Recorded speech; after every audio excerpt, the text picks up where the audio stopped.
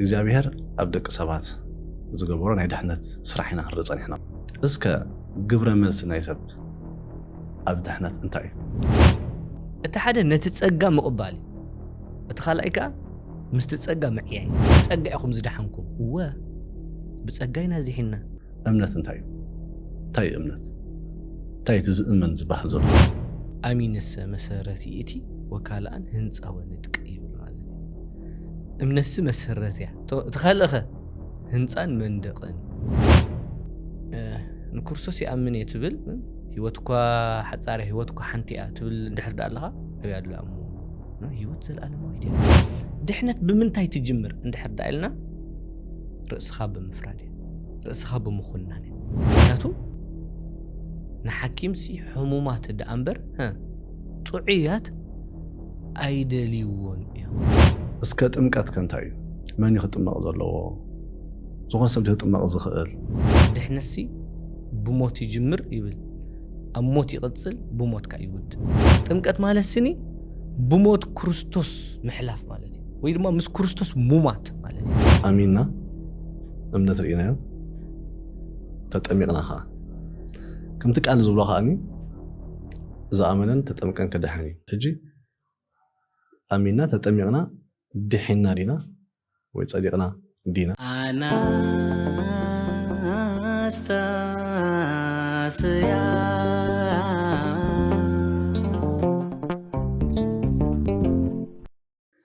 በስመ አብ ወወልድ ወመንፈስ ቅዱስ ሓደ ኣምላክ ኣሜን። ሰላም ኣምላኽ ምሳኹም ይኹን። ዝኸበርኩም ተኸታተልቲ መንፈሳዊ ቻነል ኣንስተስያ ከመይ ቀኒኹም? ሎሚ እውን ሓምሻይ ክፋል ኦርቶዶክሳዊ ትምህርቲ ድሕነት ኣብ ዝብል ኣርእስቲ ኢና ሒዛልኩም መፂና ዘለና። ሎሚ እውን ከምቲ ልሙድ ምሳይ ዘለዉ ኣቦናን መምህርናን ቀሲስ ኣርዶም ኣባ ሚካኤል ደጊመ እንካዕ ሰላም መጻኹም ኣቦና። ባድሓን ፀናሕኹም። እግዚአብሔር ኣምላኽና ክሳብ ዝረዳእና ክብርን ምስጋናን ይኹን። ኣሜን። ኣቦና ከምቲ ከታተሎ ፀናሕና ንርባዕተ ክፋል ዝኸደ ምቕ ዝበለ መግለፅን መንፈሳዊ ትሕሶ ዘለዎን ብዛዕባ ኦርቶዶክሳዊ ትምህርቲ ድሕነት ክንመሃር ቀሊና ማለት እዩ። ብዝሓለፈ ክፋል ኣብ ራብዓይ ክፋል ዝነበረ ድማ ብዛዕባ ፀጋ ርኢና መንፈስ ቅዱስ ማለት እዩ። ብኸመይ ኣብ ድሕነትና መንፈስ ቅዱስ እንታይ እዩ ኩሉ ርኢና ማለት እዩ። ስለዚ ክሳብ ሕጂ መፂና ዘለና ከዓኒ እቲ እግዚኣብሔር ኣብ ደቂ ሰባት ዝገብሮ ናይ ድሕነት ስራሕ ኢና ክንርኢ ፀኒሕና ማለት እዩ። ክሳብ ሕጂ ናይ ሰብ ተራ ኣይረኣናን ዘለና፣ ናይ ሰብ ዝኾነ ኢንቮልቭመንት ኣብዚ የለን ማለት እዩ። እስከ ግብረ መልሲ ናይ ሰብ ኣብ ድሕነት እንታይ እዩ? ኣብዚ ክበሃል ፀንሐ ፀጋ ኣምላኽ ማለት እዩ። እዋ እንታይ ኢና ኢልና ዘለና ከምዚ ክበሃል ፀንሐ ኣብ ዝሓለፈ ድሕነት ከም ፀጋ ኣምላኽ ኢና ክንርኢ ፀኒሕና። ኣምላኽ ከዓ ሰብ ወላ ሓደ ክገብር ኣብ ዘይክእለሉ ደረጃ ምስ በፅሐ እቲ ናይ ሰብ መወዳእታ ናይ ኣምላኽ መጀመርታ ስለ ዝኾነ ኣምላኽ ንወዱን ንመንፈስ ቅዱስን ልኢኹ ከም ዘድሓነና ርኢና ነርና ማለት እዩ። ሕጂ ግብረ መልሲ ናይ ወዲ ሰብ እንታይ እዩ? ሕጂ ኣብ ክልተ መቂልና ክንርኢና ነዚ ግብረ መልሲ ወዲ ሰብ ማለት እዩ። ምቕባል እቲ ፀጋን ምስቲ ፀጋ ምዕያይን ዝብላ ክልተ ነገራት ክንርኢና ማለት እዩ። ሕጂ ንምንታይ ኢና ዝንብል ዘለና? እቲ ፀጋ ኣምላኽሲ ንምድሓን ወዲ ሰብ እኹሉ ኣይኮነን፣ እኹሉ እምበር ግን ኣብ ድሕነትና ፀጋ ጥራይ ክንብል ኣይንኽእልን ኢና። ስለምንታይ እንድሕር ዳ ኢልና ፀጋ ጥራይ እንድሕር ዳ ኢልና ኣምላኽ ንወዲ ሰብ ናፃ ፈቃዱ ግሂሱ እንታይ ክገብሮ እዩ ማለት እዩ፣ ከድሕኖ እዩ ኢና ንብል ዘለና ማለት እዩ። ሕጂ ብዝያዳ ኣብቲ ድሒሩ ዝመፅእ ክፋላት ክንርኢና እቲ ፀጋ ጥራይ ዝብል ኣርእስቲ እንታይ ዓይነት ሽግር እዩ ዘለዎ? እታ ፍሪ ዊል ወይ ድማ ነፃ ፍቃድ እትበሃል እግዚኣብሔር ንወዲ ሰብ ዝሃቦ ከም መልክዑን ከም ምስሉን ክፈጥሮ ከሎስ ነፃ ፍቃድ እትብል ዝሃቦ ሕጂ እውን ኣብ ድሕነትና እታ ነፃ ፍቃድ ኣላ ማለት እዩ። እታ ነፃ ፍቃድ ደኺመ እያ ዳኣ ነይራ እምበር ጠቕሊላ እንታይ ኣይኮነትን ኣይጠፍአትን ነይራ። ናይ ሓጢኣት ዝምባለ እዩ ዳኣ ነይርዎ ዳኣ እምበር ነፃ ፍቃዱ ጠቕሊሉ እንታይ ኣይኮነን ኣይጠፍአን። ስለዚ ኣምላኽ ነቲ ዘድሓኖ ሰብ ብሓይሊ ነቲ ፀጉ ተቐበሎ ክብል ኣይክእልን። ስለዚ እንታይ ነጥቢ መፂሎ ኣብ ዝሓለፈ እውን ክንጠቕሳቐኒና ዝነበርና ናብቶም ናቱ መፀ እቶም ናቱ ግና ኣይተቐበልዎን። ሕጂ ዝተቀበልዎ ዘበሉ ብስሙን ዝኣምኑ ግና ናይ ውሉድ ኣምላኽ ክኾኑ ስልጣን ሃቦ ሕጂ ኣምላኽ ነዚ ብወዱ ኢየሱስ ክርስቶስ ዝገበሮ መድሓንሲ ክትቀበሎን ከይትቀበሎንስ እንታይ ሂብ እዩ ማለት እዩ ምርጫ ሂብ እዩ ማለት እዩ ምርጫ ሂብ እዩ ማለት እዩ ኣብዚ ሕጂቲ ግብረ መልሲ ወዲ ሰብ እንብሎ ዘለና ነዚ እዩ ማለት እዩ ዋላ ታ ውሪት ጥቕሲ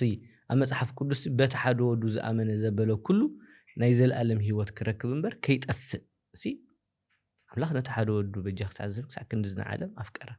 በቲ ሓደ ወዱ ዝኣመነ ዘበለ ዝኣመነን ዘይኣመነን ዝበሃል ነገር ኣሎ ማለት እዩ ሕጂ ኣብቲ ናይ ድሕነት ስኒ ኣብ ክልተ ማዕቂልና ምሽ ንሪኦ እቲ ሓደ ጀነራል ሳልቬሽን ወይ ድማ ድሂን ኣምላካዊ ንብሎ ማለት እዩ ካብ ኣምላኽ ዝኾነ ወይ ድማ ግደ ኣምላኽ ኣብ ድሕነትና ንብሎ እቲ ካልኣይ ግና ውልቃዊ ድሕነት ከምቲ ጎይታናን መድሓኒናን ኢየሱስ ክርስቶስ እንታይ ኢሉ እቲ ኣብ መስቀል ዝገበሮ ውዕለት ከምቲ ሐዋርያ ዮሐንስ ኣብ መልእኽቱ ጽሒፍዎ ዘሎ ማለት እዩ ወንጌላዊ ዮሐንስ ክርስቶስ ምእንቲ ሓጢአትና ጥራይ ዘይኮነ ምእንቲ ሓጢአት ኩሉ ዓለም ይሞይቱ ደም ኢየሱስ ክርስቶስ ካና ዓለም ምልእቲ ዘሎ ሓጢአት ከንጽህ እንታይ እዩ ብቑዕ እዚ 4 ነጥቢ ዝተገብረሉ እዩ ክርስቶስ ንኩሉ ይከድሕን መጽኡ ኩሉ ሰብ ከዓ ንድሕነት ተጸዊዒ እዩ ማለት እዩ ግን ናይ ምቕባልን ዘይምቕባልን ምርጫ ከም ዘሎ ኣበይ ክንርኢ ንኽእል ኢና ጎይታ እንታይ ኢሉ ራእይ ዮሐንስ ምዕራፍ 3 ፈቅደ 10 እንሆ ኣብ ኣፍ ደገ ኮይነ ማዕጾ ኳሕኳሕ ብል ኣሎ ሓደ እኳ ድምፀይ ሰሚዑ ማዕጾ እንተኸፈተለይ ኣነ ናብኡ ክኣቱ ምስኡን ኣብ ማኣዲ ክቕመጥ እየ ንስውን ምሳይ ነታ ቃል ሕጂ እንታይ ድብል ነጥቢ ተቐሚጥዋ ኣሎ እንተኸፈተለይ ዝብል እንታይ እዋ ኩነታት ደርኢ ኮንዲሽን ዘመልክት እዩ እንታይ ኢና ንብል ኣለና እንተ ከፊት ካለይ ከኣቱ እየ እንተ ዘይከፊት ካለይ ግን ኣቱኒ እዩ ዝብል ዘሎ ማለት እዩ እዚ እቲ ውልቃዊ ድሕነት ሕጂ ግብረ መልሲ ናይ ወዲ ሰብ ኣገዳሲ እዩ ማለት እዩ ስለዚ እዚ ግብረ መልሲ ናይ ወዲ ሰብ ክልተ ነገር ጌርና ክንርኢና ኣብቲ ድሕነትና ማለት እዩ እቲ ሓደ ነቲ ጸጋ ምቕባል እቲ ካልኣይ ከዓ ምስቲ ጸጋ ምዕያይ እዩ ማለት እዩ እዚአን ክልቲአን ፈላሊና ንርኢና ሕጂ መጀመርያ ንሪኣ ነይቲና ነቲ ጸጋ ምቕባል ነቲ ዝመፀ ጸጋስ ብኸመይ ንቕበሎ ኣብ ዝብል ብእምነት ብጥምቀት ብሜሮን ወይ ድማ ብውህበት መንፈስ ቅዱስ ምቕባል ማለት እዩ ብቅዱስ ቁርባን ስጋን ደምን ወልደ እግዚአብሔር ብምብላዕ ብምስታይን ብንስሓ እዚኣቶም ክንጠቕሶም ዝጸንሐና ኩላቶም ነቲ ጸጋ እንታይ ንገብረሎም መንገድታት እዮም እንቕበለሎም መንገድታት እዮም ማለት እዩ ነቲ ጸጋ ተቐቢልካ እንታይ ድበሃል ኣሎ ነቲ ጸጋ ተቐቢልካ እንታይ ተዋሂብኩም ዘሎ ጸጋስ ብኡ ክትኣምኑ ጥራይ ዘይኮነስ ምእንቱስ ሓሳረ መከራውን ክትቅበሉ ኢሉ ፊልጵስዩስ 1:26 ጸጋስ መቕባል ጥራይ ኣይኮነን ምእንቱ ሓሳረ መከራ ምጽጋብ ወይ ድማ ምስቲ ጸጋ እንታይ ምግባር ንብሎ ምዕያይ ሐዋርያ ቅዱስ ጳውሎስ መዓይቲ ኣምላኽ ኢና ክብል ከሎ ንርኢ ማለት ምስቲ ጸጋ ኣምላኽ እንታይ ምግባር ምዕያይ ንብሎ ማለት እዩ ሲነርጂ ወይ ድማ ምስቲ ጸጋ ኣምላኽ እንታይ ምሕባር ወይ ድማ ምዕያይ ንብሎ ማለት እዩ ኣብ ድሕነትና ስለዚ ነዚኦም ክልተ ኣርእስትታት ሕጂ ፈላሊና ክንሪኦም የድልየና እንታይ ናይልና ደለና ጸጋ መቕባልን ምስቲ ጸጋ ምዕያይ ዝበሃል የድል ማለት እዩ ቀሌዎ ተስማዓልና እስከ ሕጂ ዕሙቕ ኢልና ክንሪኦ ከምዚ ክበሃል ፀንሐ ማለት እዩ እግዚኣብሔር ኣምላኽና ነቲ ዝሃበና ጸጋ ሱቲ ናትና ስራሕ ከም ዝበልካዮ ጀነራል ሳልቬሽን ናይ ኣምላኽ ኣብ ድሕነትና ዘሎ ማለት ናቱ ግደ ተሪፉ ዘሎ ሕጂ ናትና እዩ ሶ ከዓኒ ብክልተ ክንሪኦ ፀኒሕና ነቲ እግዚኣብሔር ዝሃበና ናይ ድሕነት ጸጋ ምቕባልን ምስቲ ጸጋ ምዕያይን ሲነርጂ ዝበልና ማለት እዩ ሕጂ ናብታ መጀመርታ ክንጀምር ከመይ ጌርና ኢና እሞ ነቲ ጸጋ ንቕበሎ ትብል ማለት እዩ ክንገልፀል ፀኒሕካ ብጥምቀት ብእምነት ዝብል ማለት እዩ እስከ በታ መጀመርታ ንጀምር ሕጂ እምነት ንብል ኣለና እምነት እንታይ እዩ እንታይ እምነት እንታይ እቲ ዝእመን ዝበሃል ዘለኹ እንታይ እዩ ጽቡቕ ሕጂ ናብቲ መሰረታዊ ነገር ሕጂ እታ መኽፈቲ ናይ ዝኹሉ ነዚ ጸጋ እምነትሲ ነቲ ካብ ኣምላኽ ዝመፀ ጸጋ እንቕበለላ ኢደ ሕፅር ኣቢልና ቅዱስ ዮሐንስ አፈወርቅስ እንታይ ኢሉ አሚንሰ መሰረቲ እቲ ወካልአን ህንፃ ወንድቅ ይብል ማለት እምነትስ መሰረት ያ ተኸለኸ ህንፃን መንደቅን ይብል ማለት ሕጂ ታ መሰረታዊት መጀመርያ ነገር እንታያ እምነት ያ ማለት እዩ ምክንያቱ እንታይ ኢሉ ብዘይ እምነት ሲ ንኣምላኽ ከስምርዎ ኣይከኣልን ይብል ስለዚ ናብ ኣምላኽ ክመጽእ ዝደሊ ዘበለ ኩሉ ኣምላኽ ከም ዘሎን ነቶም ዘናድይዎ ድማ ዓስቢ ከም ዝህቦምስ ክኣምን ይግባእ ይብል ዕብራውያን ምዕራፍ 11:6 ሕጂ እምነት ስታ መሰረታዊት ነገር እያ ኣብ መንጎ ኣምላኽን ሰብን ዘሎ ዝምድና መሰረቱ እንታይ እዩ እምነት እዩ ናይ እምነት እዩ ሕጂ እምነት ማለት እንታይ ማለት እዩ እዚ ሐዋርያ ቅዱስ ጳውሎስ ናብ ዕብራውያን ኣብ ዝጸሓፎ መልእኽቱ ምዕራፍ 11 ፍቅዲ 1 ምዕራፍ 11 ኩላ ናይ እምነት ምዕራፍ እንድያ ምዕራፍ 11 ፍቅዲ 1 እንታይ ይብል እምነት ሲ ነቲ ብተስፋ እንጽበዮ ነገር ከም እንረኽቦ ዘረጋግጽ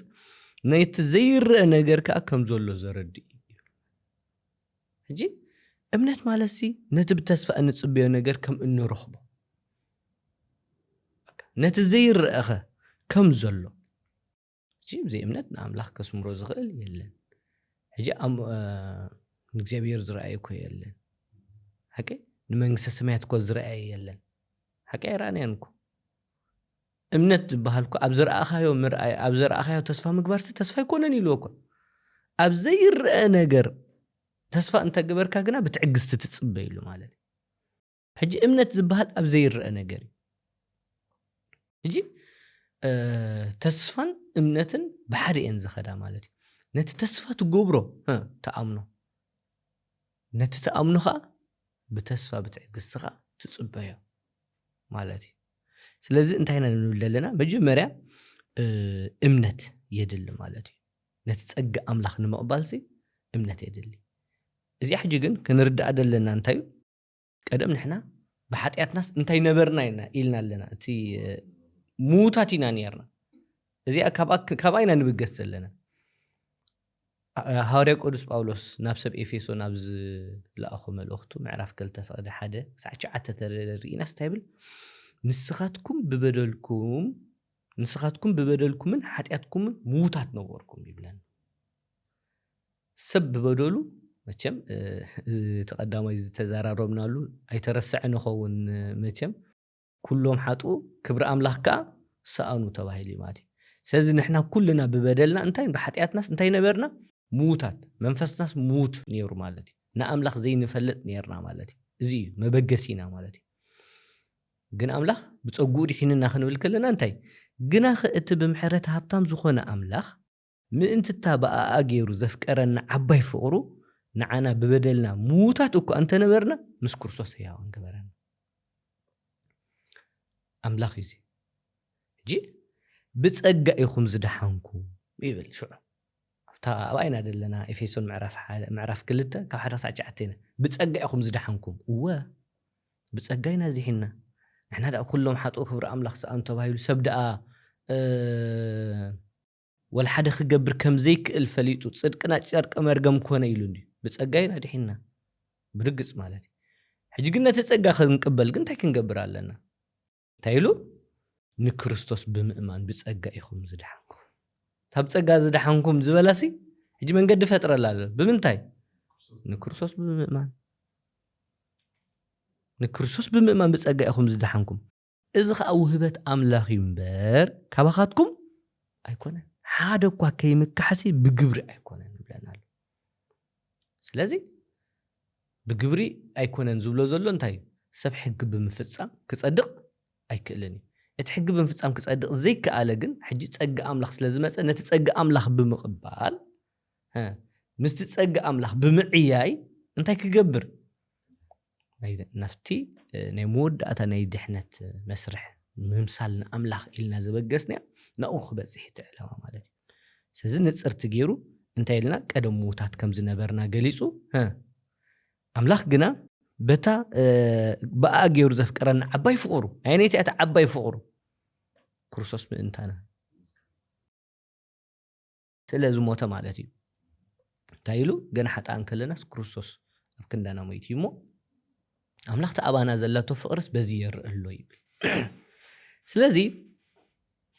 ንኣና በደልና ሙታት ዝነበርናስ ምስ ክርስቶስ ሕያዋን ገይሩና ማለት ብጸጋ ይኹም ዝዛሓንኩ ብጸጋ ድሒና ክርስቶስ ጸጋ ዝበሃል እንታይ ክርስቶስ ኣድሒን ተዚ ድሕነናስ ንሕና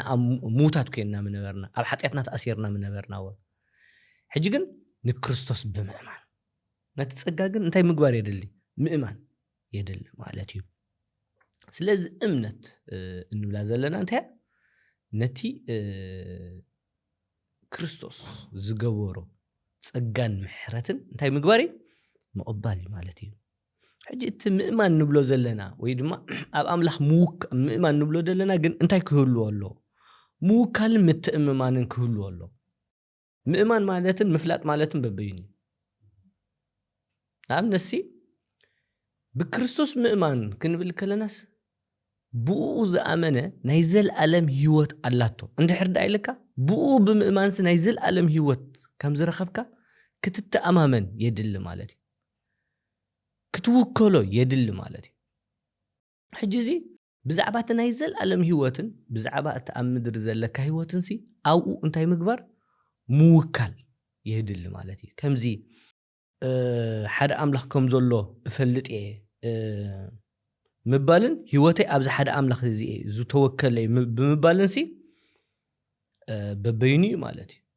ልባዊ እምነት የድሊ ማለት እዩ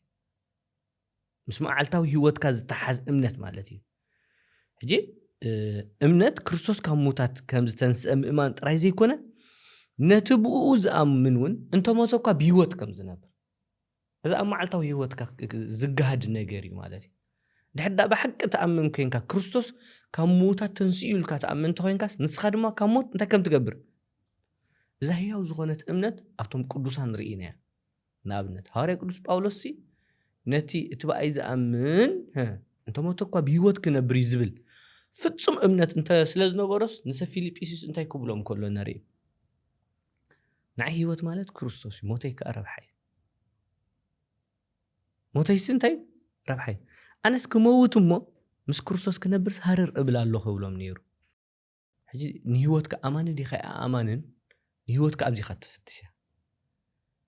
ሞት ስኒ ከም መሰጋገሪ ናብቲ ናይ ዘለዓለም ህይወት ዲኻ ትሪኦ ዋላስ ሞት ከም መወዳእታ ኣተሓዛዝናና ኣባኽያና መብዛሕትኡ ግዜ ከምቶም ተስፋ ዘይብሎም ይመስል ማለት እዩ ኣብያ ኣሎ ዳእቲ እምነት ተኣሙ ኣብያ ኣሎ እቲ እምነት ዳሙ እምነት ማለት እንታይ ምውካል ክህልዎ ኣሎ እቶም ቅዱሳን ሰማዕታት እኮ ኣማን መንኑ ሰማዕቲ ጣዕማ ለዚ ዓለም ወካኡ ደሞም ክብል ከሎ ውዳሴ ማርያም ስኒ እንታይ በእንተ እግዚአብሔር ወተአጉሱ ሞተ መሪረ በእንተ መንግስተ ሰማያት ክብል ከሎስ እንታይ እዩ ምእንቲ መንግስተ ሰማያት መሪር ሞት እዮም ተዓጊሶም ስለምንታይ እንተ ሞቱ እኳ ብህይወት ከም ዝነብሩ ይኣምኑ ስለ ዝነብሩ ንክርስቶስ ይኣምን እየ ትብል ህይወት እኳ ሓፃረ ህይወት እኳ ሓንቲ እያ ትብል እንድሕር ዳ ኣለኻ ኣብያ ኣሎ እሞ ህይወት ዘለዓለማዊት እያ እቲ ብክርስቶስ ዝኣምን እንተ ሞቱ እኳ ብህይወት ክነብር እዩ ስለዚ እቲ እምነት ዝበሃል ሲ እንታይ ክኾን ኣሎ ሓቀኛ ልባዊ እምነት ክኸውን ክኽእል ኣለዎ ማለት እዩ እምነት ከም ውልቃዊ ምስክርነት ክንሪኦ እዚ መሰረታዊት እያ ምእማንን ኢልና ክንሪኣ ኢና ማለት እዩ እምነት ንብላ ደልናስ ምእማንን ኣላታ ነና ክነመፅእ ደሊና ነዚ ካብ መጀመርያ ኣትሒዝና ዘምፃናዮ ነገር ኢና ሕጂ ብሓንቲ ቃል ክንገልጾ ሰብ እምነት ማለት እንታይ ማለት እዩ ክንብል ከለና ክልተ ነገር እየን ዘጠቃልላ ምእማንን ማለት እንታይ ማለት እዩ ክርስቶስ ንሓጣን ከድሕን ከም ዝመፀ ምእንቲ ሓጢኣትና ከም ዝሞተ ንጽድቅና ድማ ከም ዝተንስአ ምእማን የድሊ ክንእመኖ ዘለና ኸ እንታይ እዩ ንሕና ሓጣን ምዃንና ኸ ክንእመን ይግባአና ንሕናስ ካብ መንነትና ዝኾነ ንኣምላኽ ከነስምሮ ከም ዘይንኽእል እንታይ ኢኻ ትገብር ይዒንትኻ ናብ ሰማይ ቋሕ እንተቢልካስ ይዒንትኻ ዳ ብምርኣይ ኮንትነት ዝደኸማ እንዲ እዳው ይበል ድሓነይ ከልዕል ተበልካስ ዓመፃ ዝመላእ እዳው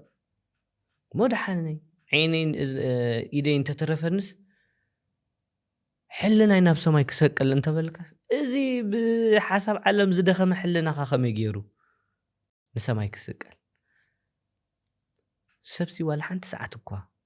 أتجزي أحيان زبلالو نبي تكشان ناس أولو سنتاي زبل سبسي حنت ساعات كمان أبز علم تتقمتس بزي حتى أتزنبر يلا سز تقدميتي انتي كلهم حطوا خبر أملاك سأنو خمس زبلوس نسخ حتى أتنيا مخان كمئمان كالله تمام جس لم انتينا زي أفتح أمنت نمت أزلنا ونياتو تخن رد أدلنا قداميتي نجر انتيا كريستوس نحط أنبر نسأل كان كتصوع يمزل هجي رأي مستحق نبلاد نبرنا زي حجنا تأسسر حق انتاي يجيرو نقول سب حاتيات كونينو سلازم انتاي كدلي مدحان خدلي كلنا انتاي متان حتان مخانا فليت ناس انتاي مدحان متان كندل ومو حتان مخانا ناس تأمين نادينا عزياتها قد مأمان تبهل مأمان منياتو نحكيم سي حمومات الدأمبر طعيات أيدليون طعيو كون حبنا حكيم أكيد حدا سب حجي أنس حتى أتاي جبوركم زبل أنتولو مدحاني أيدلينني of course أيدلينني يبلالو مالتي منياتو تايدلو دم إيسوس كريستوس ودوس كاب كل حتياتنا ينصحنا مس بلسي قدام يوحنس معرف حدا كفقدي شوعة شمون تندحر دارينا حتيات يبلين انت بلناس يلو نحسو نجزأ رأسنا خان نتقبر يلو حتياتنا انت تناززنا قنا عملاق أمون نتصادق انسلا زغونا نمزل حتياتنا كدم سلنا يلو مالتي كاب كل عمت أنا كنصحنا يلو مالتي حتى يبلين انت بلنا قنا نأملك حساو نقوبر هجيب زي بتاعي وساني بس زخونا سب دحنت بمنتاي تجمر عند حد قالنا رأس خاب مفرادي رأس خاب مخناني رأسنا انت نفرد سي اي متخننان رأسنا انت نفرد مالتي انا حاطي انت زيلك مالتي ونياتو كريستوس نحاطان يلو دأمر نصادقان يلو اي مزن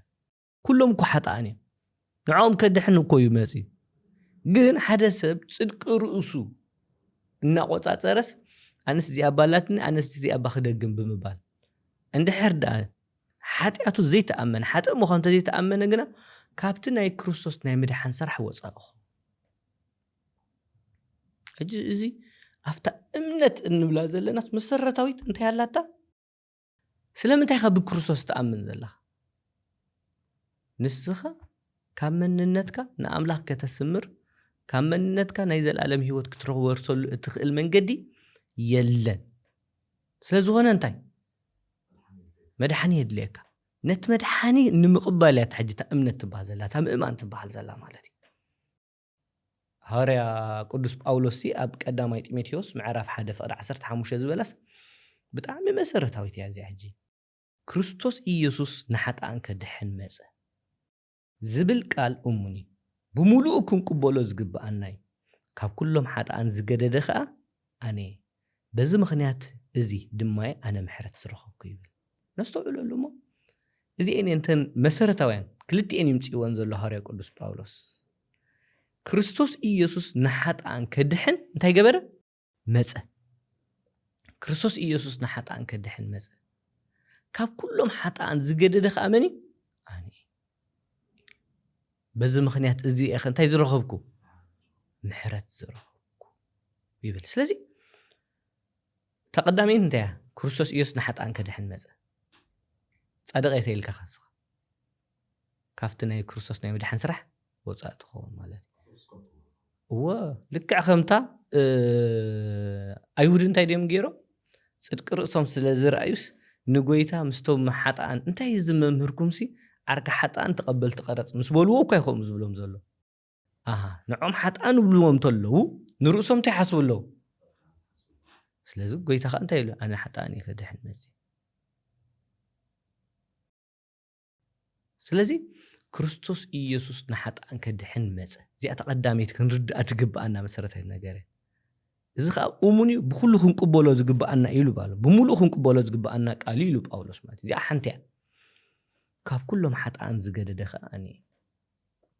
ኣብዚኣ ሐዋርያ ቅዱስ ጳውሎስ በቀዳሓኒ ከምኡ ተበልናስ ይሓይሽ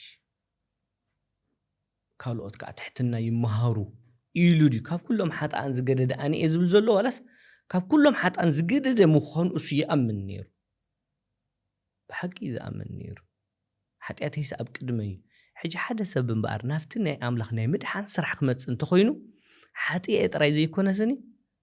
ካብ ኩሎም ሓጣን ከማን ዝገደደ ምዃኑ ክኣምን ይግባእ ማለት እዩ ምክንያቱ መንግስተ ሰማያት ሓጢአት ሓውካ ብምኽዳንን ሓጢአትካ ብምንዛዝን እያ ትእቶ ዝበልና እዚ ስለዚ በዚ ምኽንያት እዚኣ ከዓ ምሕረት ዝረኸብኩ ኢሉ ቅፅልታ ቢልና ተጠቕሲ እዚ ግና ንዓይ ጥራይ ዘይኮነስ ንኩሎም ብክርስቶስ ዝኣምኑ ዘበሉ ዝተዋሃበ ምዃኑ ይዛረብ ማለት እዩ ስለዚ ተንክልተ እንታይ ቀዳመይቲ ምእማን እያ ክርስቶስ ንሓጣን ከድሕን መፅእ ካልአይቲ ከዓ ኣብኣታ ያላታ ምእማን እያ ካብ ኩሎም ሓጣን ከዓ ትዝገደደ ኣነ ወይ ድማ ኣነ ሓጥእ ስለ ዝኾንኩ መድሓኒ የድልየኒ ኣሎ ኣነ ሕሙም ስለ ዝኾንኩ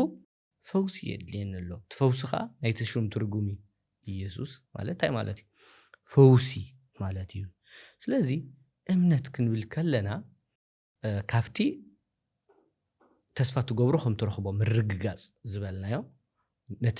ዘይርአ ከም ዘሎ እትርዳኣሉ እዩ ዝበልናዮ ካብቲ ናብ ኣምላኽ ክመፅእ ዝደልስ ኩሉ ኣምላኽ ከም ዘሎ ከኣምንን ንዘናድዮ ድማ ዓስቢ ከም ዝህቦምን ክፈልጥ ይግባእ ዝበልናዮ ጀሚርካ እታ እምነት ትበሃል ዘላ ምውካል ኣብ መዓልታዊ ህይወትካን ብዛዕባ ዘለኣለማዊ ነገር ርግፅነት ዘለዋ ክትከውንን ዝበልናዮ ሳልሰይቲ ድማ ኣብቲ ከም ህይወታዊ ምስክርነት ማለት ክርስቶስ ንሓጣን ከድሕን ከም ዝመፀእ ንስኻ ድማ ቀዳማይ ዋና ሓጥእ ምዃንካ ምእማን በዝኸ ንስኻ ምሕረት ትረክብ ሕጂ እታ እምነት ንብላ ዘለና ብከምዚ ክንርዳእ ቃል ህይወት ተስማዓልና ቦና ብጣዕሚ ዕሙቕ ዝበለ ትርጉም ናይ እምነት ኢና ክንመሃር ፀኒሕና ኣብታ እምነት ክንርአያ ከም ፀናሕና ከዓኒ እምነት ከዓ ሳብ ክልተ ርኢና እያ ምእማንን ክንብል ፀኒሕና ሕጂ ምናልባት ክትንፅለልና እዚ ሓደ እቲ ዝእመን እንታይ ኢና ክንኣምን እንታይ ኢና ትንኣምኖስ እንታይ ፅቡቅ እንታይ እዩ ኢልና ኢና ንኣምን ካበይ መበገሲ ክንረክብ ንኽእል ኢና ካብቲ ኢትዮጵያዊ ስሉብ ኣብ ግብረ ሐዋርያት ምዕራፍ 8 ዝበሎ ካብኡ መበገሲ ክንረክብ ንኽእል ኢና ሕጂ ኣብኡ እንታይ እዩ ዝብል እቲ ኢትዮጵያዊ ስሉብሲ ኣብ ናይ ህንደኬ ንግስቲ ኣብ ርእሱ ኩሉ ገንዘባ ስልጣን ዝነበሮ እንታይ ዝብል ትንቢት ኢሳያስ የንብብ ነይሩ መንፈስ ቅዱስ ከዓ ንፊልጶስ ኣርክቦ ኢልዎ ማለት እዩ ሐዋርያ ፊልጶስ ስለዚ ምስ ኣርከቦ እንታይ ዝገብር ዝተንብቦ ዝተስተውዕሎ ዘለኻ ሓደ እኳ ዝምህረኒ ዘይብለይ ከመይ ኢለ ከስተውዕሎ ፊልጶስ ድማ ኣብ ሰረገሉ ደይቡ ኩሉ ካብ ነቢያት ኣትሒዙ ክሳዕቲ ክርስቶስ ምእንታና ዝኸፈሎ ዋጋ ኩሉ ምስ ረድኦ ሽዑ እንታይ ዝብል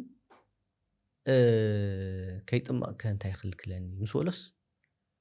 እታ እምነት እንታይ ምዃና ገይፅዋ ክርስቶስ ወዲ ኣምላኽ ምዃኑ እንተኣሚንካስ ይኾነልካ ኢሉ እታ እምነት እዚኣ ማለት ክርስቶስ እንታይ ወዲ ኣምላኽ ምዃኑ እንተኣሚንካ ካብዚኣ ንበገስ ሽዑ ግን ኣቦታትና ብመሰረት ማለት መሰረት ቃል ኣምላኽ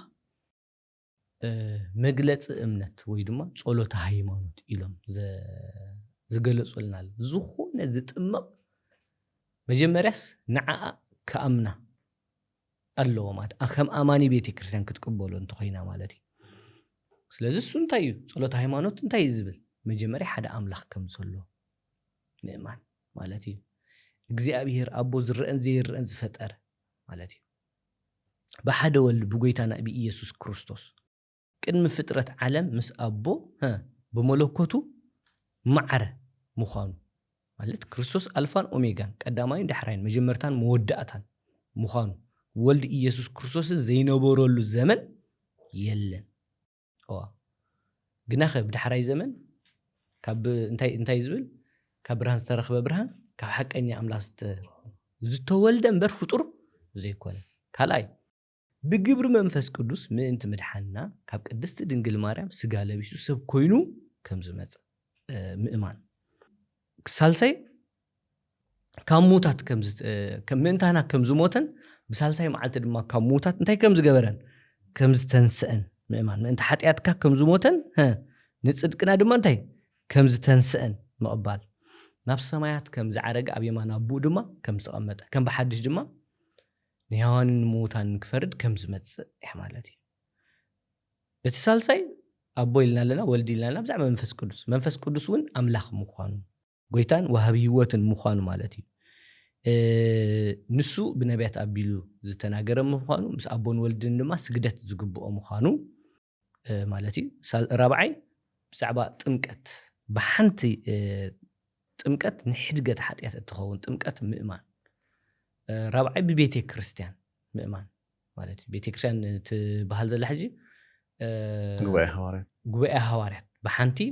ናይ ሐዋርያት ጉባኤ ዝኾነት ቤተ ክርስቲያን ቅድስቲ ሐዋርያዊት ቤተ ክርስቲያን እንታይ ምግባር ምእማን ማለት እዩ ትንሣኤ ሙታን ድማ ተስፋ ምግባር እዚኣቶም እዚ ጸሎት ሃይማኖት ኢልና ዘለና ብሕጽር ዝበለ ነቲ መግለጽ እምነት ይገልጹ ማለት እዩ ስለዚ እዚ ሁሉ ክንብሎ ዝጸናሕና ኣብ ዝሓለፈ ክፋላት ማለት እዩ ትኽንኣምኖ ዘለና እግዚአብሔር ፈጣሪ ምዃኑ ምስ በደልናው ወዱ ኢየሱስ ክርስቶስ ከም ዝለኣኸልና መንታና ድማ ከም ዝሞተን ንጽድቅና ድማ ከም ዝተንሰአን መንፈስ ቅዱስ ድማ ከም ዝለኣኸልና አቦን ወድን መንፈስ ቅዱስን ሓደ አምላኽ ኢልና ንኣምን ማለት እዩ ክርስቶስ ካ ሓደ አምላኽ ክርስቶስ ካ ሓደ አካል ሓደ ባህሪ ኮይኑ ፍጹም አምላኽ ፍጹም ሰብ ኮይኑ ከም ዝመጸን ከም ዝተመላለሰን ንኣምን ንሰማያት ከም ዝዓረገ አብየማን አቡኡ ከም ዝተቐመጠ ካ ንኣምን ከም በሓድሽ ክመጽ እሰያታ መሰረታዊት እታ እንኣምና ማለት እዩ ንድሕነት ዘብቃዓና እምነት እዩ ስለዚ ታ ሕጽር ዝበለሲታ ጸሎት ሃይማኖት ያታ ንኣምና ንብላ ዘለና ማለት እዩ ጽቡቕ ቀጺልና ሽዑ ንሪኦ እንታይ እዩ እቲ ኣርእስትና እውን ብዓብዩ ትምህርቲ ድሕነት እዩ ትርክሳዊ ትምህርቲ ድሕነት እዩ እምነት እሞ ክሳዕ ክንደይ እዩ ኣገዳስነቱ ኣብቲ ጉዕዞ ድሕነት ክንሪኦ ከለና ማለት እዩ ወይ ኣገዳስነት እምነት እንታይ እዩ ሕጂ እዚ ኣብ ዝሓፈሻዊ ክንብሎ ጸኒሕና እንዲና ኣርእስቲ ሂብና ጥራይ ክንዛረብ ስለ ዘገድስ ከምቲ ዓንቶይ ዝበልና እምነት ከም ማዕጾ ኩሎም ጸጋታት እያ ከም ማዕጾ ኩሎም እንታይ ጸጋታት ናብቶም ኩሎም ኣምላኽ ዝሃበና ጸጋታት እትወና ዘላ ቀዳመይትስ እንታይ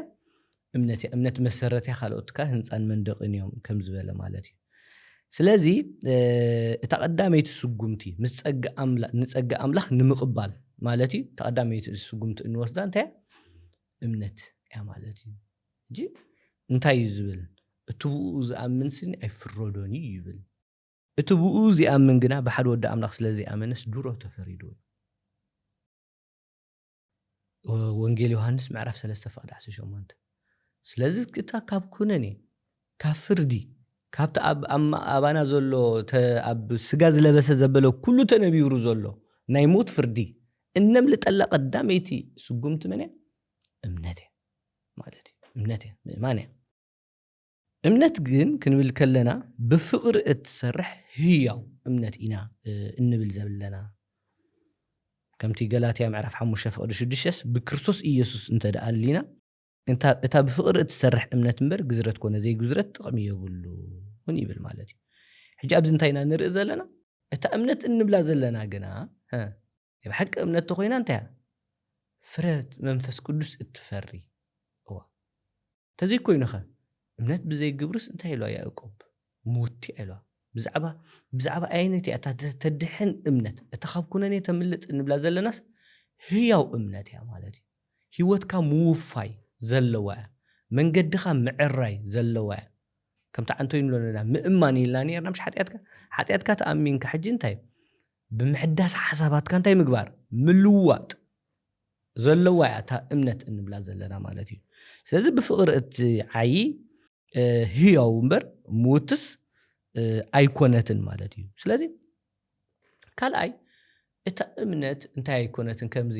መበገሲ መጀመርታ እያ ስለዝበልናስ ሓንሳ ኣሚንካስ ትወዲኢኻ ማለት ኩሉ ሰዓኻ ተኣምን እቲ እምነት ስኒ ከምዚ እንታይ ናይልና ክንገልጾ ንኽእል ቁርበ ይሸግረኒ ከም ሓንቲ ነጥቢ ኣብ ህይወት ደይኮነስ ኩሉ ሰዓኻ ተኣምን እንታይ ይብሉ ኣብ ሮሜ ምዕራፍ 1:17 ሐዋርያ ቅዱስ ጳውሎስ እንታይ ይብል ኣብ ወንጌል እቲ ካብ ኣምላኽ ዝርከብ ጽድቂ ማለት ኢሉ እቲ ካብ መጀመርታ ክሳዕ መወዳእታ ብእምነት ዝርከብ ጽድቂ እዩ እታ እምነት ስኒ ከም ሓንቲ ነጥቢ ኣብ ታሪኽ ኣይኮነትን ካብ መጀመርታ ክሳዕ መወዳእታ እዚ እንታይ ማለት እዩ እቲ ምስ ኣምላኽ እንገብሮ ኩሉ ጉዕዞስ ናይ ምንታይ ጉዕዞ እዩ ናይ እምነት ጉዕዞ እዩ ማለት እዩ ጂ እንታይ የድልየና ማለት እዩ እታ እምነት ክሳዕ መፈጸምታ መብጻሕ የድሊ ማለት እዩ ሐዋርያ ቅዱስ ጳውሎስ ናብ ዕብራውያን ኣብ ጻሕፈ መልእኽቱስ እንታይ ኢሉ ነተቐዳመይቲ እምነትና ክሳዕ መወዳእታ ኣጽኒዕና እንተሓዝናያ ስኒ መማቕልቲ ክርስቶስ ክንከውን ኢና ኢሉ ማለት ስለዚ እምነት ከም ሓንቲ ነጥቢ ኣብ ታሪኽ ዘይኮነስ ኩሉ ሳዕ ምእማን እዩ እንታይ ማለት እዩ ብእምነት ኢና ንጅምር ኣሚንና ንጥምቕ ኣሚንና መንፈስ ቅዱስ ንቕበል ኣሚንና ቅዱስ ቁርባን ንቕበል ብእምነት ንጽሊ ብእምነት ስርዓታት ቤተ ክርስቲያን ንኽተል ብእምነት ንፈተናታት ንስዕር ማለት እዩ እንጂ ናብቲ ጀማርን ፈጻምን እምነትና ዝኾነ ኢየሱስ ክርስቶስ ንጠምት ክብል ከሎ ኩሉ ሳዕ በቃ ብእምነት በቃ ኩሉ ሳዕ ናብኡ እናጠመትካ ድኽየድ ጉዕዞ እዩ ማለት እዩ እምበር ተቐዳሚት እምነትካ እንድሕር ሓዲግካ ኢኻ እታ እምነት ኣጸቢቕና ክንርዳእ ኣለና ገሊኣቶም እምነቶም ክሒዶም ንምህሮ ኣጋንንቲ ክስዕቢኦም ይብል እሞ እዛ እምነት እዚኣ ሕጂ ክትጠቕሞም ድያ ከመይ ኢላ እሞ ክትጠቕሞም እያ ማለት እዩ ብኣንጻሩ እኳ ሐዋርያ ቅዱስ ጴጥሮስ እንታይ ኢሉ ኣሎ ነቶም ሓንሳእ ነቲ ሓቂ ዝፈለጥዎ ስኒ ተመሊሶም ንድሕሪት ተመሊሶም ወይ ድማ ብሓጢአት ዓለም ተጠሊፎም እንተወዲቖም ሲሉ ነዚ እሳቶም ነቲ ሓቂ ተዘይፈልጥዎም ሓሽም ኢሉ ስለዚ እምነት ሓንቲ ነጥቢ ኣብ ታሪኽ ዘይኮነስኒ ኩሉ ሳዕ እምነት እዩ ማለት እዩ ነዚ ክገልጽ እንታይ ኢሉ ካብ መጀመርታስ ክሳዕ እንታይ ክሳዕ መወዳእታ እምነት እዩ ከም ሓንቲ ነጥቢ ኣብ ታሪኽ ኣይኮነትን ኩሉ ሳዕ ኢና ንኣምን ክሳዕ ሞት እሙንኩን ኣነ ድማ ኣኽሊል ህይወት ክህበካ እየ ከም ዝበሎ ማለት እዩ እምነት ብኸምዚ ክንርዳእ ንኽእል ማለት እዩ ኣገዳስነታ ከም ማዕጾ ናብ ጸጋታት ኣምላኽ ከም ሓንቲ ህያው ብፍቕሪ እትዓዪ ኣፍ ደገ ጽድቂ ሳልሳይ ድማ ሙሉእ ጉዕዞ ናይ ህይወት እያ እምነት ማለት እዩ ሙሉእ ጉዕዞ ናይ ህይወት እያ እምበር ከም ሓንቲ ነጥቢ ኣብ ታሪኽ ኣይኮነትን ማለት እዩ ቀለብ ተስማዕልና ቦና ሕጂታ ብፍላይ እምነት ክንብል ከለና ሲ ኮንሲደር ክንገብሮ ዘለና ኩሉ ግዜ ሲ እታ ብፍቕሪ እትሰርሕ ግብሪ ዘላታ እያ ማለት እዩ ማሲ እምነት ዝኾነ እምነት ክንብል ከለና ዋላ ኣብ ስብከት እምነት ክንብል ከለና ሲ እዚኣ ዘላታ እያ ማለት እዩ ከም ርዱእ ክንሓስባ ማለት እዩ ደና ከም ዘይኮነት ብዛዕባ እታ ህያው እምነት ኢና ንዛረብ ዘለና ዝኣመነ ከዓ እንታይ ይገብር እዩ ስለዚ እንታይ እታ እምነት ናይ ኣጋንንቲ እምነት ከይትኸውን ማለት እዩ ኣጋንንትስ እንታይ ይኣምኑን የንቀጥቅጡን ግን ከ ሰናይ ግብሪ የብሎም ማለት እዩ ስለዚ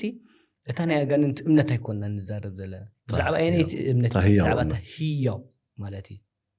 ብዛዕባ እታ ህያው ዝኾነት እምነት ኢና ንዛረብ ዘለና ካልእ እውን እታ ሓንሳእ ምእማን ጥራይ ዘይኮነት ወይ እታ ሓንሳእ ኣብ ታሪኽ ህይወትና ዘላ ንጣብ ዘይኮነሲ ካብ መጀመርታ ክሳዕ መወዳእታ ጉዕዞና ንኸዶ ናይ እምነት ፀኒዕኻ ናይ እምነት ህይወት እዩ እምነት ጉዕዞ ናይ እምነት ህይወትን እዩ ቃል ተስማዓልና ቦና ኣዝዩ ዕሙቕ ዝበለ እዩ ፀኒሑ ብዛዕባ እምነት ክንሪኦ ፀኒሕና ምናልባት ናብታ ካልአይቲ ፀጋ ንቕበለላ ዝበልናያ ክንኣቱ ብዛዕባ ጥምቀት ማለት እዩ እስከ ጥምቀት ከንታይ እዩ እንታይ እዩ ጥምቀት ክንሪያ ምናልባት ንቅፅል ንኸውን ያው ትዘርዝሮ ትኸውን ግን መን ክጥመቕ ዘለዎ ዝኾነ ሰብ ክጥመቕ ዝኽእል زين أو مستا متوجر كانت حجي تا مسرتايت ነገር እንታይና ሒዝና ዘለና እምነት ኢልና ሕጂ ዝኣመነ መቸም ግጥምቕ ኣይክእልን እዩ ዝመሰረታዊ ዝኣመነ ዘበለ ግና ኩሉ ተኽገብር ኣሎ ክጥምቕ የድል ማለት ሕጂ ምክንያቱ ዝኣመነን ዝተጠምቀንሲ ክድሕኒ ኢሉ ዘይኣመነ ግና ክኹነኒ ኢሉ ማለት ሕጂ እቲ ዝኣመነን ዝተጠምቀን ክድሕኒ ኢልዎ ዘሎ እንታይ ጥምቀት እንታይ ማለት ያቀድም ንርአያ ማለት እዩ ኣቀዲምና እንታይ ኢልና ብትንቢት ጽሩይ ማይ ክነጽጎልኩም ኢሉ እግዚአብሔር ብዛዕባ ጥምቀት ዝተነበዮ ትንቢት ርኢና ያለና ማለት እዩ ትንቢት ሕዝቅኤል ርኢና ያለና 36 ማለት እዩ ጥምቀት ጎይታናን መድኃኒናን ኢየሱስ ክርስቶስ ኣብ 30 ዓመቱ ተጠሚቁ ማለት እዩ ንኹሎም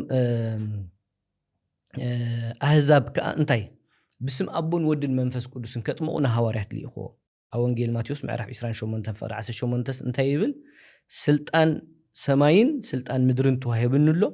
እምበኣር ኪዱሞ ንኹሎም ኣህዛብ ብስም አቦን ወድን መንፈስ ቅዱስ እናጥመቁም ደቂ መዛሙርተ ይግበርዎም ይብል ማለት ሕጂ ጥምቀት እቲ ኣበጋግሱ እዚ ዝኣመነን ዝተጠምቀንካ ክድሕኒ ዘይኣመነ ግና ክኹነን ኢሎ ማርቆስ 16 ዘይኣመነ ስለ ዘይጥመቕ ማለት እዩ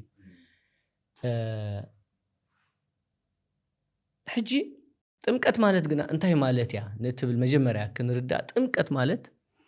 ምስ ክርስቶስ ሙማትን ምስኡኻ ምትንሳእን ማለት ያ ጥምቀት ንብላ ዘለና ሕጂ እንታይ ናይልና ነርና ብዘይ ምሳስ ደምሲ ሕድገት ሓጢአት የለን መቸም ክርስቶስ ምእንቲ ሓጢአትና እንታይ ኮይኑ ኢልና ሞይቱ ተሲኡ ጥምቀት ሕጂ እንታይ ነታ ክርስቶስ ብሞቱን ብትንሳኤኡን ዝሃበና ድሕነት ሕድገት ሓጢአት እንብላ ዘለና እንታይ ምግባር ያ ማለት እዩ ንዓኣ ምቕባል ያ ማለት እዩ ምስኡ እንታይ ክንገብር ኣለና ክንመውት ኣለና ጥምቀት ሕጂ ምስ ክርስቶስ ሙማትን ምስኡ ከዓ እንታይን ምትንሳእን ያ ማለት እዩ ጥምቀት ማለት ምስኡ ሙማትን ምትንሳእን ያ ማለት እዩ ሕጂ ታ ጥምቀት ክንሪኣ ኣብ ሮሜ እንድሕር ዳኣ ርኢናያ ኣብ ምዕራፍ 6 ፍቅዲ 3 እቶም ብክርስቶስ ዝተጠመቕና ዘበልና ኩላትና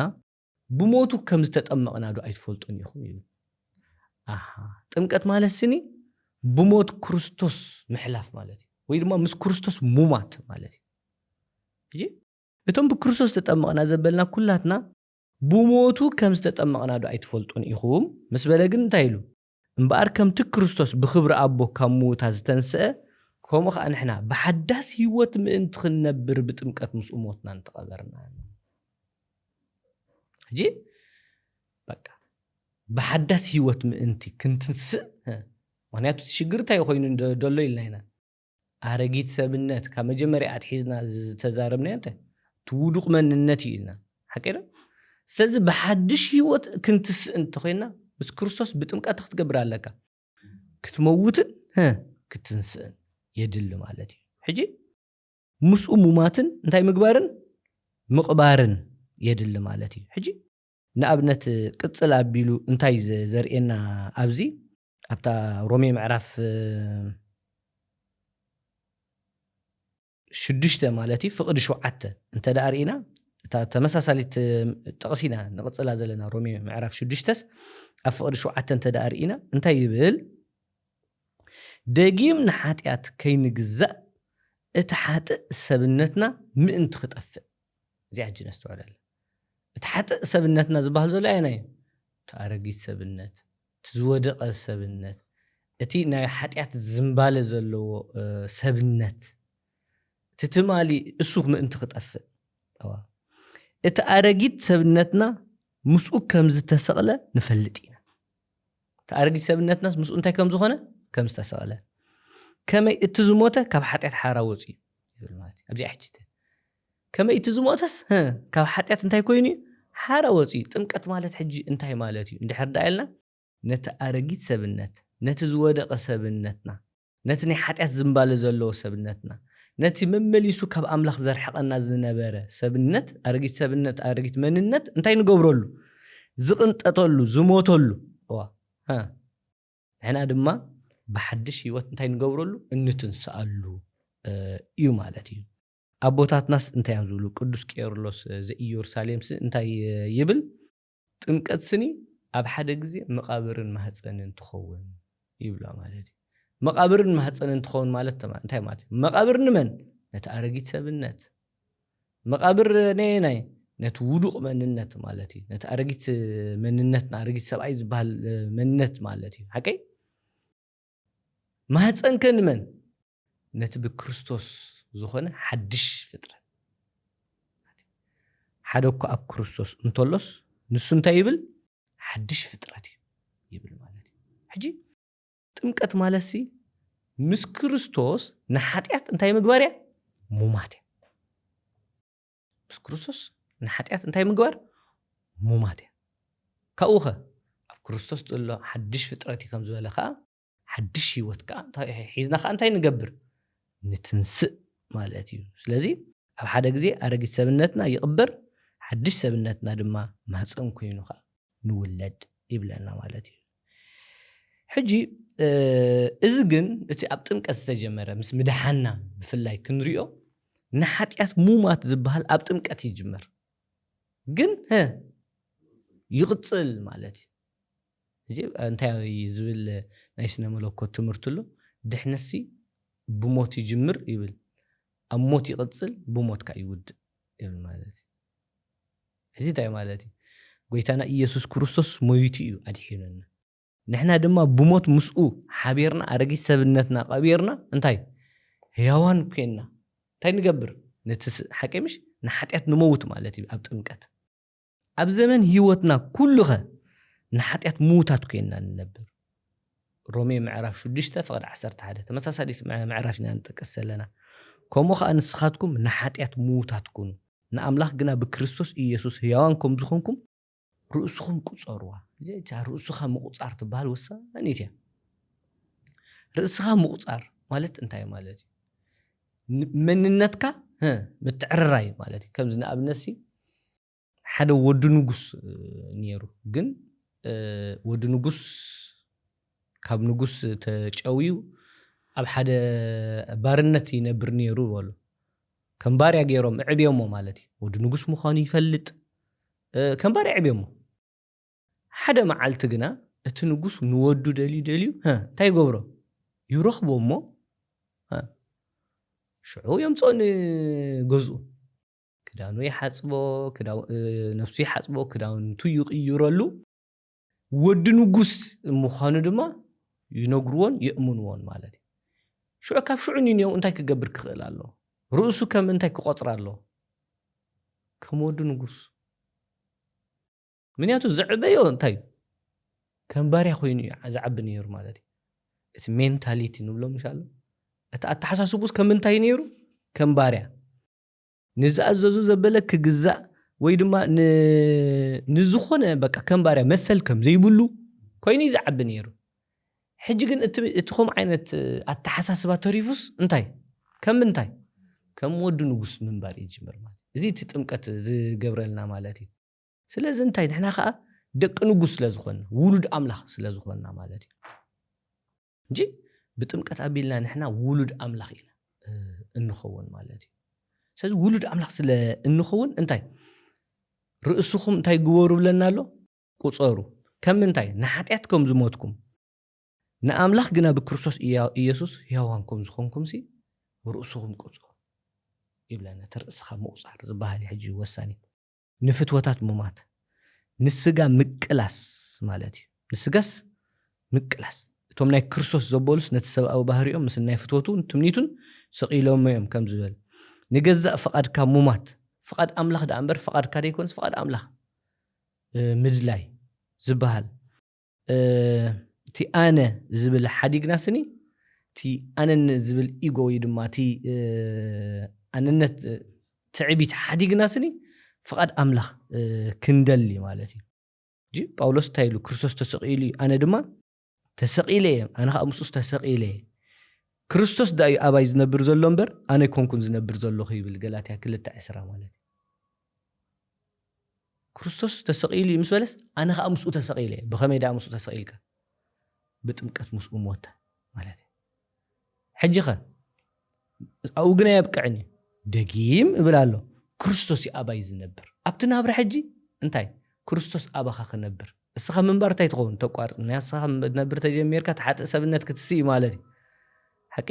ክርስቶስ ኣባይ ዝነብር ዘሎ እምበር ኣነ ኣይኮንኩን ዝነብር ዘለኹ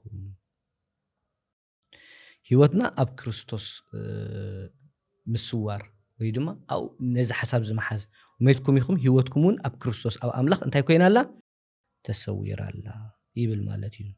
سلازي اتمسرتاوي نجر تي مستيرات بموت تمكأت جمر بجبراو موت ويدما تي منفسه قالسي يقتل أمود داتا دما كسع موت وممكن أنا دما أخلي الهوت كباكي أخمز دما بموت كأي عصو زبال سرتاو نيدحنتنا مستير أبزي كنردو يقبلنا مالتي قاليو تسمعنا أبونا منربط كمزي أزيو كمزي قرب عمق زبالندي سب بموت جمر نامو تخيل أمو لا تعمل بموت ود زين كاتني موت قتلوا الله خسر حجي كابي جمير كمالتي أنت يقدر دعني التموت تبع هذا لوسة أرجيت سبنات نسي يزقتل زولا أبت تمكت شو بحدش ناي كورسوس من النت كعني تتز لازم دحر تمكت كادولس بتناي كورسوس من النت بت كورسوس هوا خزول لا أمبر تأخذ تجمير ما يتكلم حتى من الناس يا مالك نزي أنا حاجة تخموت هاللون ولا زلنا مالك لازم تمكت كعني مس أمن كاتو جبر زي كونس ستيل تايو تأجايو ولا لا مالك وجاها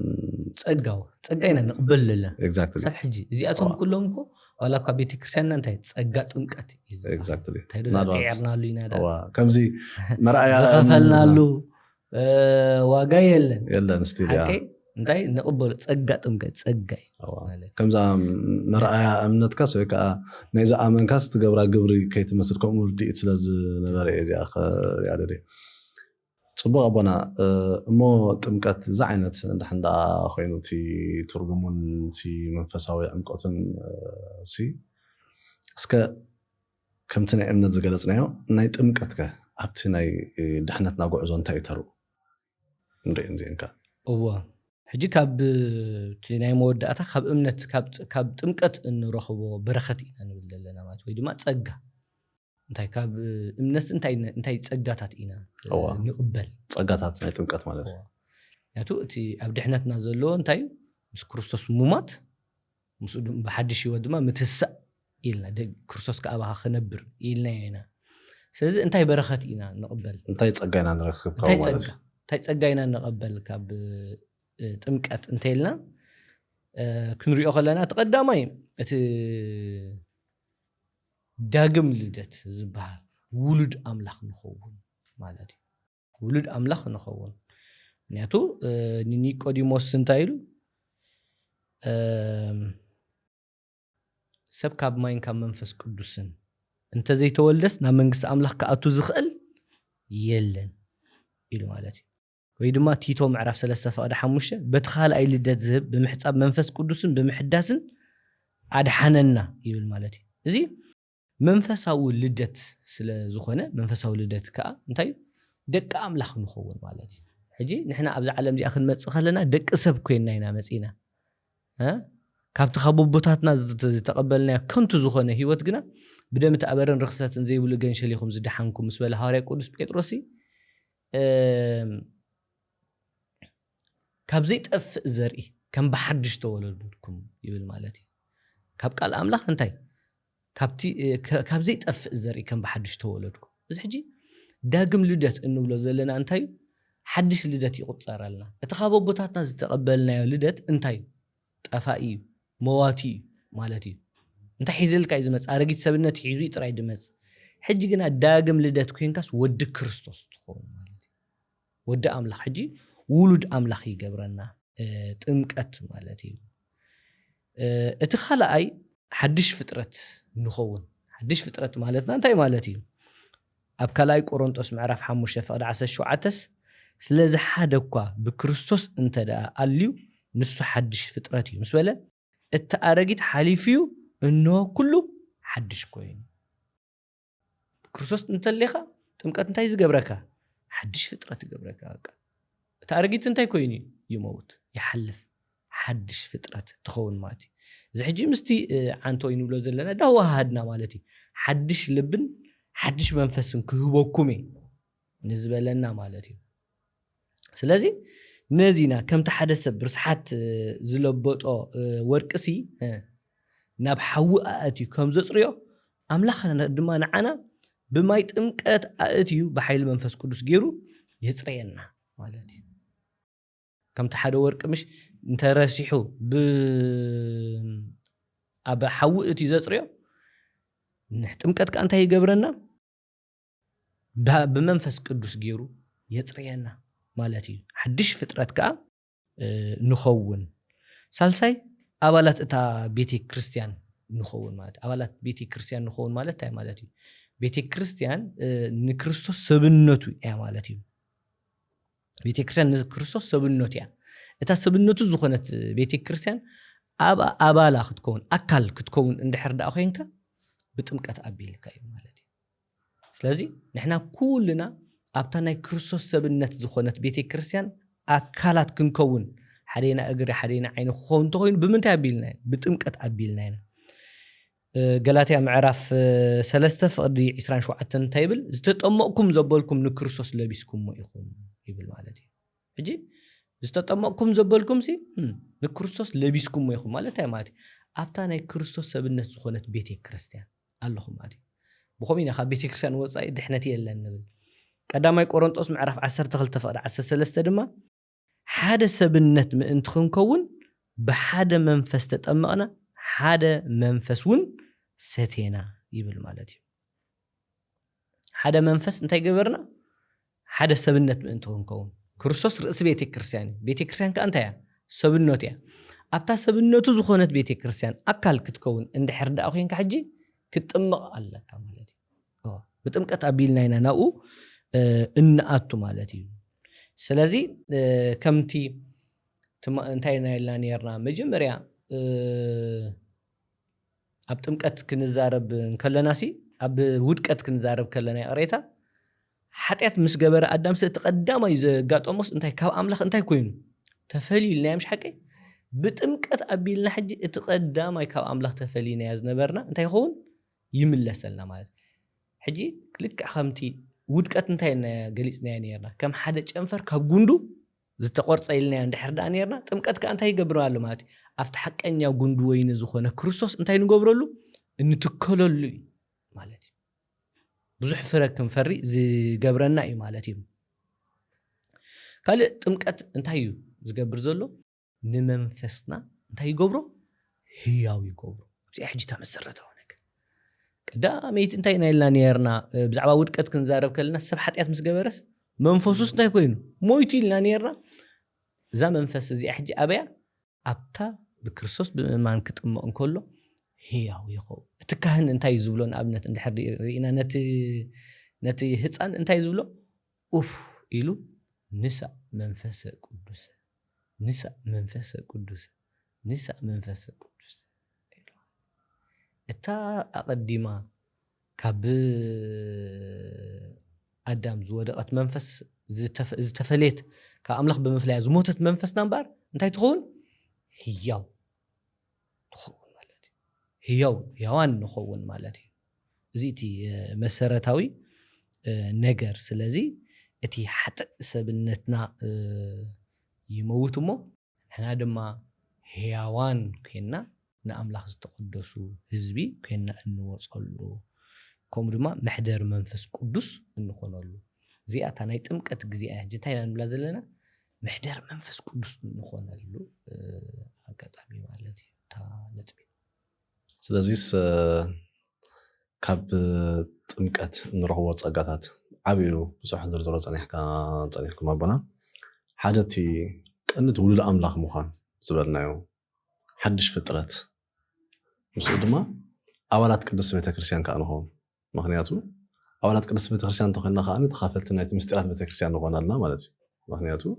ጥምቀት ኣፍ ደገ ናይ ኩለን ምስጢራት ንብላ ብከምዚ እዩ ማለት እዩ ካልእ ድማ እቲ ኣብ ውድቀት ናይ ኣዳም ምስ ወደቐ እታ መንፈሱ ካብ እግዚኣብሔር ሞይታ ዝነበረት ድማ በዛ ብጥምቀት ድማ ህያው ይገብረልና ይናርኢና ኣለና ማለት እዩ ምናልባት ከም መወዳእታ ሕቶ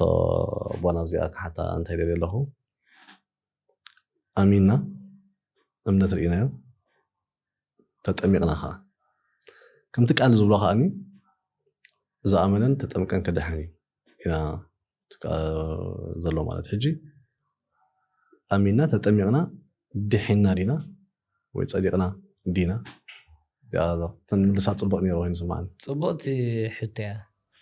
ኣፍቲ ኦርቶዶክሳዊ እምነትና ከምቲ መጽሓፍ ቅዱስ ማለት እዩ ዝብሎ ድሕነት ብሰለስተ ግዜ እዩ ዝንገር ማለት እዩ ካልእ መዓልቲ ኣስፊሕና ንዛረበሉ ንኽእል ንኸውን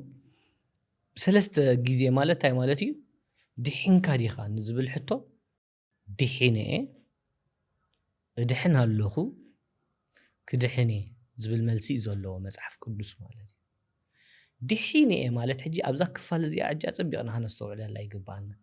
ንክርስቶስ ብምእማን ብስም ኣቦን ወድን መንፈስ ቅዱስን ምስተጠመቕና መንፈስ ቅዱስ ኣባና ስለ ዝሓድር መንፈስና ህያው ስለዚ በዚ ምክንያት እዚ እንታይ ንብል ኣለና ድሒነ ንብል ኣለና ንጹር ክኾነልናስ ኣምላኽ ናይ ዘለዓለም ህይወት ሃበና ኢሉ እታ ናይ ዘለዓለም ህይወት ከዓ ኣብ መን እያ ዘላ ኣብ ወዱ እያ ዘላ ወዲ ኣምላኽ ዘሎ ህይወት ኣሎ ወዲ ኣምላኽ ዘይብሉ ህይወት የብሉ ስለዚ ወዲ ኣምላኽ ኣባና ዝህልወሉ መንገዲ ምስ ወዲ ኣምላኽ እናሓብረሉ መንገዲ ምስኡ ንሞተሉን ንትንስኣሉን መንገዲ ጥምቀት ካብ ኮነ ስለዚ ተጠመቕና መንፈስና እንታይ እዩ ንብል ኣለና ህያው እዩ ያቱ ንሳ መንፈስ ቅዱስ ምስ በሎ ቅዱስ መንፈስ ኣብኡ ስለ ዝሓድር መንፈስና እንታይ ይኸውን ህያው ይኸውን እሞ እንታይ ንብል ኣለና ሕጂ ድሒነ ንብል ኣለና ብርግጽ ድሒና ኢና እድሕን ኣለኹውን ንብል ማለት እዩ ምክንያቱ ድሕነት ሓንሳ ኣይኮነን ሕጂ መንፈስካ ህያው ግን ኣብ ስጋዊ መንነትካ ክሰዓር ዘለዎ እቲ ስጋዊ እቲ ኣረጊት ሰብነት ዝበልናዮ ማለት እዩ ኩሉ ግዜ ብስጋ ኣቢሉ እንታይ ይገብር ይቃለስ እዩ ማለት እዩ ይቃለስ እዩ ሓንሳ ምስ ደሓንካ ብመንፈስ ጌርካ ንዕኡ እንታይ ምግባር የድሊ ማለት እዩ ምውጋእ የድሊ ማለት እዩ ምክንያቱ ከምቲ ዓንቶ ዝበልናስ እቶም ሓንሳ ዝደሓኑ እንታይ እቶም ሓንሳ ዝደሓኑ ናብቲ ናይ ቀደም ግብሮም እንድሕር ተመሊሶም ነቲ ሓቅስ ብኻ ዘይፈለጥዋ ዝተባሃለ ተዘይፈልጥዋ መሓሸ ዝተባሃሉ ነገር ንዘክር ማለት እዩ እዚ እንታይ እዩ ዘረዳእና እንድሕር ኢልና ኩሉ ግዜ እናደሓና ኢና ነብር ማለት እዩ ሕጂ ኣብ ሮሜ ምዕራፍ 8 እንተ ዳርኢና ካብ ቁጥሪ 12-13 እንድሕር ዳርኢናስ እንታይ ይብል ነቲ ትምኒት ስጋ ኢሉ ብስጋ እንተ ተመላለስኩም ሲሉ ክትሞቱ ኢኹም ኢሉ ርኤሞ መንፈስና ምሽ ህያው ኮይኑ ኣሎ ብስጋ እንተ ተመላለስናስ ከም ብሓድሽቲ ስጋ እንተ ክገብረካ ክእል ክቀትለካ ክእል ብስጋ እንተ ተመላለስኩም ክትሞቱ ኢኹም ኢሉ ብመንፈስ እንተ ነበርኩም ግና ኢሉ ነቲ ትምኒት ስጋ ብመንፈስ እንትቀተልኩም ግና ብህይወት ክትነብሩ ኢኹም ይብል ማለት እዩ እዚ ሕጂቲ እድሕን ኣለኹ ንብሎ ማለት እዩ ኣብ ውሽጢ ህይወት ሰብ ዘሎ ቃልሲ ኣብ ውሽጢ ህይወት ሰብ ዘሎ ቃልሲ ማለት እዩ ስለዚ ኩሉ መዓልቲ ቃል ኣምላኽ እናተማሃርካ ማለት እዩ ቃል ኣምላኽ እናተማሃርካ እናጸለኻ ኣብ ቅድሚ እግዚአብሔር ምስቲ እቲ መዓይቲ ጸጋ ምዕያይ ንብሎ ኣብ ኢና ቁርብ ንጥር ኢልና ታሕቶም ጽና ዘለና ምስቲ ጸጋ ኣምላኽ ብምዕያይ ኩሉ መዓልቲ ፍቃድካ ንኣምላኽ እናሃብካ ማለት እዩ ምስቲ ጸጋ ኣምላኽ ብምዕያይ ነቲ ትምኒት ስጋ እንታይ ትገብር ትቀትል ቶም ናይ ክርስቶስ ዘበሉስ ነቲ ትምኒት ስጋ ምስ ናይ ፍትወቱስ እንታይ ገይሮም እዮም ሰቂሎም እዮም ኢሉ ማለት ክሳብ ዝምብጻሕ ምስ ሓጢያት ቃልሲ ዝበሃላሉ ክሳዕ እንታይ ኢሉ ምስ ሓጢያት ክትቃለሱ ከለኹም ክሳዕ ደም ምፍሳስ ኣይበጻሕኹምን ኢሉ ይወቅሶም ኣብ ዕብራውያን ምዕራፍ 12:4 ማለት እዩ ስለዚ እንታይ እዚ ተዋሂብና ዘሎ መንፈስ እንታይ ንምግባር ድሒና ኢና ብሓቂ መንፈስና ህያው ኮይኑ እዚ ህያው መንፈስ ግን ሕጂ እንታይ ክገብር ኣለዎ ማለት እዩ ንሕና ፈቃድና እናሃብና ቃል ኣምላኽ እናተማሃርና ብጸሎት ካብ ኣምላኽ ሓይልን ጉልበትን እናተቐበልና ኣብ መዓልታዊ ህይወትና ነቲ ትምኒት ስጋ እንታይ ክንገብር እናቀተልና ነብር ሕጂ በዚ ንክርስቶስ እናመሰልና ንኸይድ ማለት እዩ እንታይ ዝብል ንክርስቶስ ሐዋርያ ቅዱስ ጳውሎስ እንታይ ኢሉ ከምቲ ኣነ ንክርስቶስ ዝመስሎ ዘለኹ ንስኻትኩም ንዓይ ምሰሉ ኢሉ ንክርስቶስ እንታይ እንዳገበርና ኢና ንኸይድ እናመሰልናዮ ንኸይድ ኣብ መወዳእታ ከዓ እንታይ ክንድሕን ኢና ንብል ማለት እዩ ብዓብዩ ኣፍቲ ምስ ጸጋ ኣምላኽ ምዕያይ ዝብል ኣርእስቲ ድሕሪት ስለ ዘለና ንዕኡ ኣብኡ ዝያዳ ክንሪኦ ይሓይሽ ታሕቶ ካብ ተላዓለት ግን እንታያ ድሕና ዲና ንዝብል ወድሕና ኢና ንድሕና ኣለና ክንድሕኒና ቃል ህይወት ተስማዕልና ቦና ኣዝዩ ዕሙቕ ዝበለ መረዳእታን መብርህን ናይ ቅዱስ ቤተክርስትያንና ብመሰረት መጽሓፍ ቅዱስ ኣብ ጉዳይ እምነት ጥምቀት ክርእ ፀኒሕና ማለት እዩ I think ግዜ ሒዘኩም ኣለኹ መስለኒ ብዙሕ እንደውም ኣብዚ ክንውድእ ኢና ዝመፅእ ሻሻይ ክፋል ክንቅፅል ኢና ማለት እዩ ዝኸበርኩም ተኸታተልትና ሓምሻይ ክፋል ከም ትከታተልዎ ፀናሕኩም ኣብ ጥምቀት ኣብ እምነት ጥምቀት ዝብል ኣርእስቲ ኢና ክንሪኢ ፀኒሕና ኣብቲ ኦርቶዶክሳዊት ምትድሕነት ዝብል ዓብይ ሓፈሻዊ ኣርእስቲ ማለት እዩ ዝመፅእ ሻሻይ ክፋል ሒዝና ክንምለሰኩም ኢና ሰላም ቅና ኣናስታስያ